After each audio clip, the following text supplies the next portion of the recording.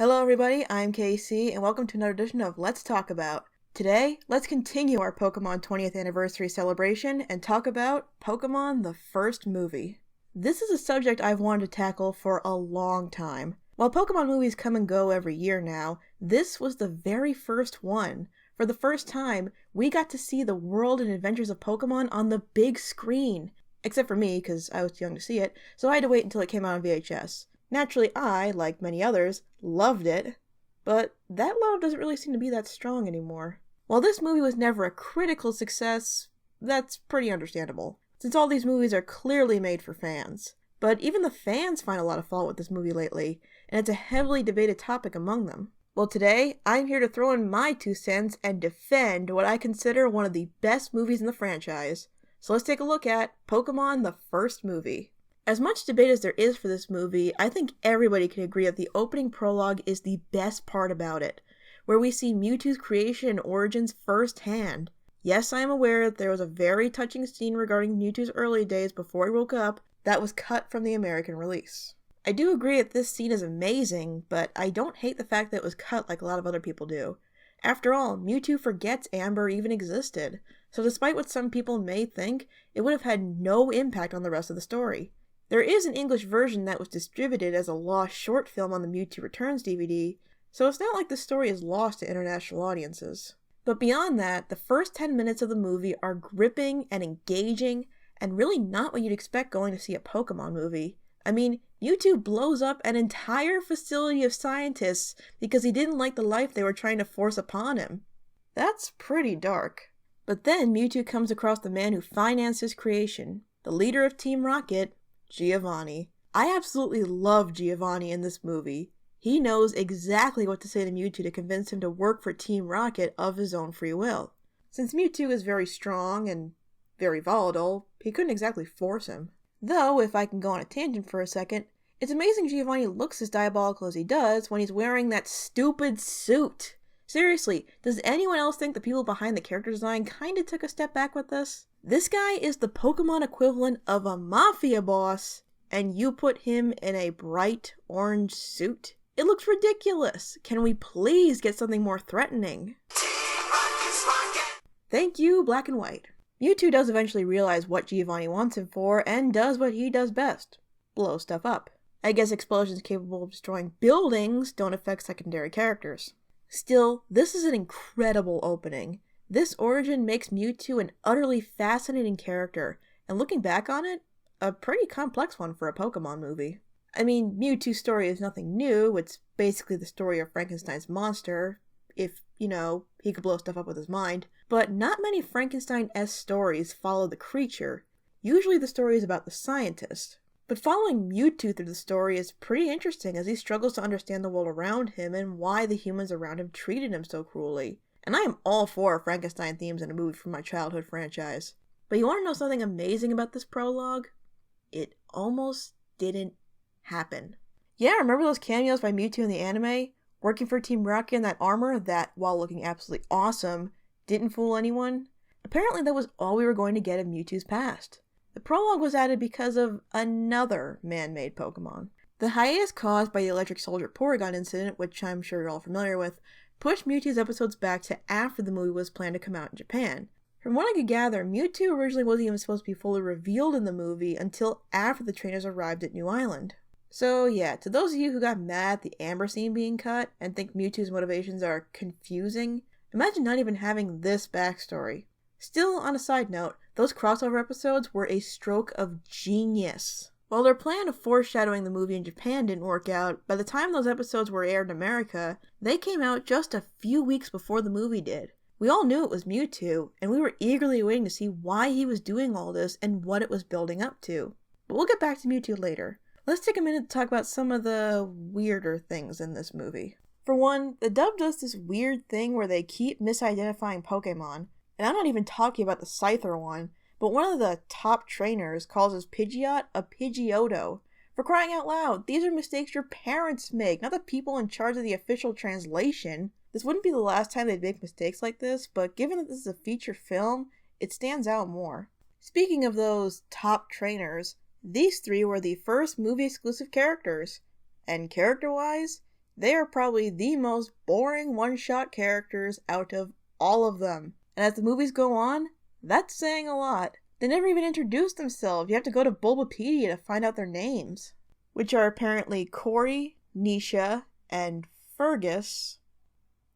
Okay, they were clearly only there so there would be bigger and cooler Pokemon in the final conflict. Except for this girl with the Furo we never see again. Seriously, who is this kid? Where did she go? Did she not make it through the storm? I know there's already some messed up stuff in this movie, but that's pretty dark Pokemon. But while the new characters aren't that great, our main cast is pretty fun to watch. Ash, Misty, and Brock are just as much fun to watch here as they are in the show, and are pretty quick to respond to the threats that Mewtwo is looming over them. When Mewtwo's trying to capture the trainer's Pokemon, they keep trying to find different ways to stop him, especially Ash. While none of it works, it's nice to see them try. Plus, with the exception of the next movie, this may be the best use of Team Rocket just messing around in the background out of all of the movies, because most of their time is spent on learning more about Mewtwo's origins and plans while exploring the castle, which looks great, by the way. The design on this castle is so organic and original, it looks so cool. The animation itself is very dynamic and atmospheric. It's hardly Studio Ghibli, but it was definitely better than what the show was producing at the time. The Pokemon battles really get a chance to shine here, especially that awesome Charizard vs. Charizard battle on the island, and the Mewtwo vs. Mew fight was so cool. Mewtwo was able to use Shadow Ball before it was even invented. But of course, those aren't the battles everyone remembers. The battle that takes place between Mewtwo's clone Pokemon and the originals led by Mew is the most controversial scene in the movie. Many critics and fans call it hypocritical when the trainers are horrified at their Pokemon fighting the clones and constantly saying that fighting is wrong. I could see someone not familiar with the show having an issue with this, but as a fan, here's how I see it. Pokemon battling is, in its essence, a form of recreation, a sport. Like any other sport, most Pokemon battles in the anime, even ones in the fields, have a referee or someone to call the battle off before anyone gets hurt too badly. Not to mention the medical technology at the Pokemon Center allows minor injuries to be healed almost instantaneously, so the injuries caused during a normal Pokemon battle really aren't that big a deal. I think if any fan looks hard enough, it's easy to see the differences here. A Pokemon battle is often a team effort, a trainer and Pokemon in perfect sync, working as a team to win a competition, with a trainer, most of the time, doing their best to help their partners and not go too far. When a trainer does go too far, it's seen in a negative way, like it is here. Actually, no. This isn't a battle. This is a war. The only reason these Pokemon are fighting is because Mewtwo and Mew are trying to prove a point, and are willing to do that by fighting to the death. That's why Nurse Joy's infamous line, "Pokemon aren't meant to fight. Not like this." actually works. Because Pokemon aren't meant to fight this way. A lot of earlier episodes of the show went out of their way to state this. Disabling the Pokemon's special abilities was probably just there to make the war look more tragic, but I'll give them credit, it works. At least for me. So I don't think this moment and the characters' comments are hypocritical like a lot of people say. Heavy-handed, definitely, but not hypocritical. However, as much as I don't think this scene deserves all the hate it gets, there is a big problem with it. This war involves half a dozen trainers' Pokemon, and no one besides Ash does anything. Like, I don't know, calling them back to their Pokeballs? If they at least tried something, then I could forgive this. But they do nothing. Thankfully, Ash does. A lot of people have complained about Ash's sacrifice as well, saying that Ash's resurrection by the tears of the Pokemon is incredibly cheesy and contrived. Which, yeah, it was, but considering that it made me cry from ages 6 to 11, mostly because Pikachu crying always has and always will be heartbreaking, I was gonna let it slide. But then I watched Suede's collab review on the movie, and he brought up a much better scenario. The idea of having Mewtwo revive Ash with his powers after seeing all of the Pokemon, clone and original, mourn the loss of a human. And you know what? That would have been a lot better. If that was how Ash was restored, it would have tied everything up a lot better and made the real themes of the movie a lot clearer, instead of it getting upstaged by the fight.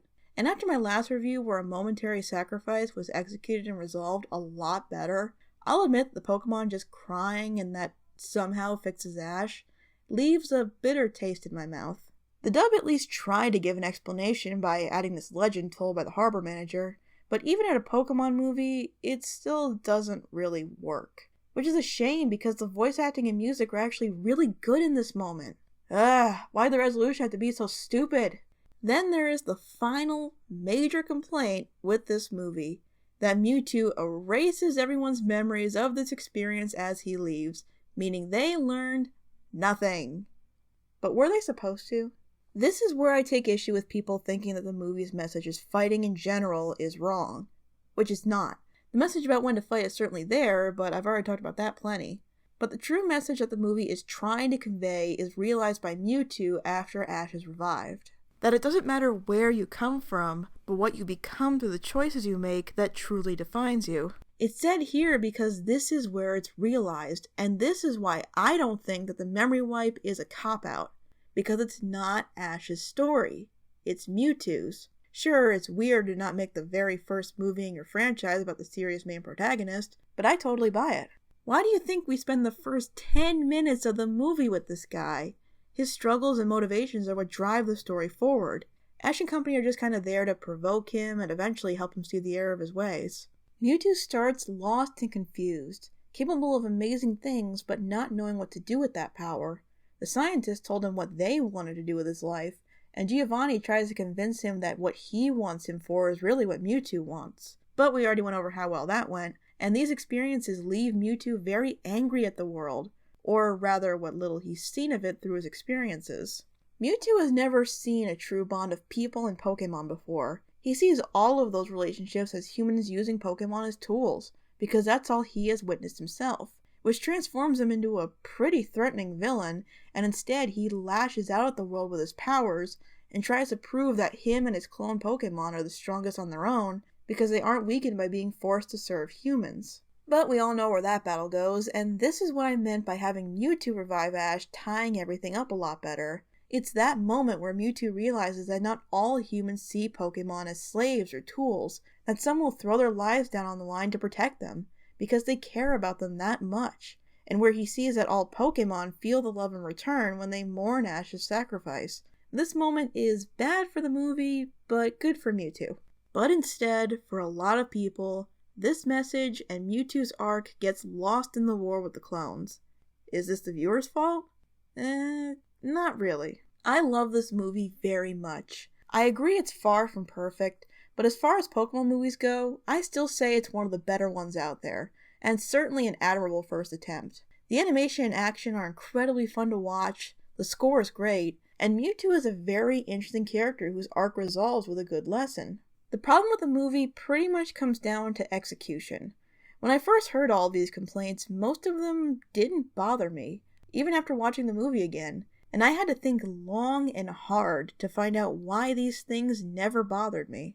Those complaints can certainly be interpreted from what's presented, but I don't think any of it was intentional. I've heard some people say that the problems of the movie come from the dub, and while they certainly added some very unsubtle things, from what I was able to gather about the Japanese version, the bigger complaints seem to be unavoidable either way, at least at first glance.